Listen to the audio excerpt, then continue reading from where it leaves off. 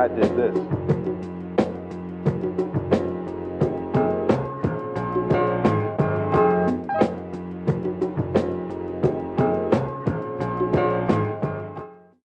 Yo, check this out. This is Pete Rock. I'm chilling watching Future Music Magazine. You know what I'm saying? I'm just showing people how I get down with the MPC. Show you little things. You know what I mean? I chop the record like each piece like that. Boom, boom, boom. How I do it is, you know, like sometimes I'll start out with the beat first. You know what I'm saying? And then I'll have someone come in, spit on it, like, you know, on some vocals or whatever, and then I arrange the music around what he or she is saying, and make it more exciting. Like, shorten to the point is much better, you know, because people, when it's already over, they want to hear it again. When I do the beat, I could speed it up, still play the same, and the record is much slower. Basically it. It's like a jigsaw puzzle. You know, when you're making a song, you know, me, I have a lot of knowledge of music and stuff, and records. I grew up, my father was teaching me about songs and arrangements. And so then it stuck with me, you know, until I started doing this, and then I applied it to what I do. The song, at my disposal, I listen to it, and it's like wherever I hear it sounds the best part in the record, I'll take it, you know, and I'll, you know, if I'm really feeling it, I'll really chop it into little pieces, you know what I'm saying, so I could do what I want with it, you know, and that's how I do my music, and basically, you know, it's an advantage for me because I can, you know, with the sample, no matter what tempo it is, I can speed it up, slow it down without doing it here. I can do, you know, use the actual beats per minute. But there's several ways to do it. That's just one method, you know what I'm saying? Where my mind is sometimes is a little out there, you know. I like to be that way when I'm making music, you know what I'm saying? And I just go to another place where other people don't go.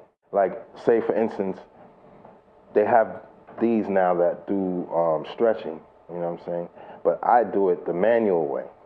But it's easier to do it manually with this drum machine than with the SP, you know what I'm saying?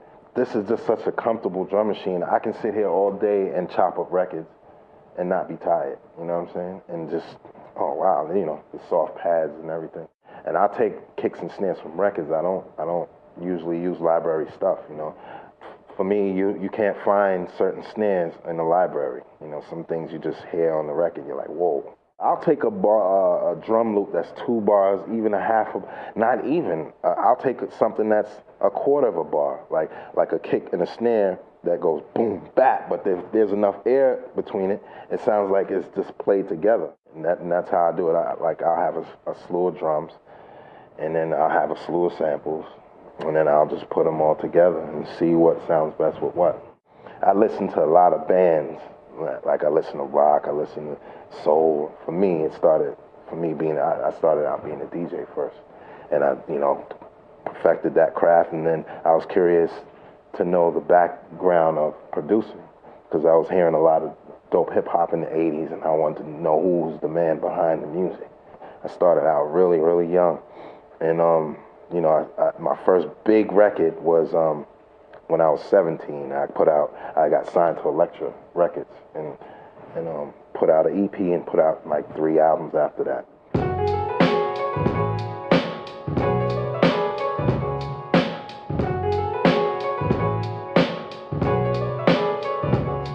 Hi-hat, a kick from a record, another kick where it's like right before the big kick, you know how, wait. You know what I mean? Right. You know what that is, right?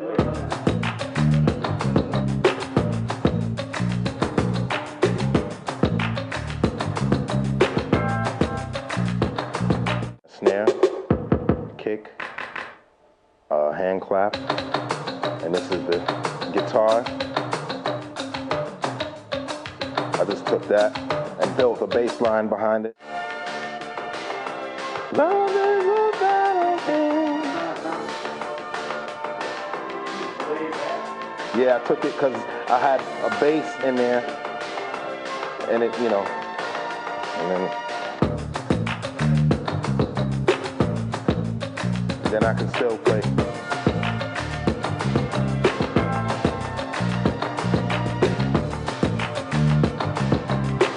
Sounds like a record.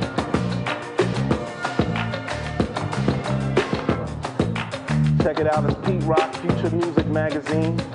And I'm gonna take you out on the blast, something I did with Pat Benatar. You know what I'm saying? Love is a battlefield. Peace and love, Pete Rock. Get my new album coming out real soon.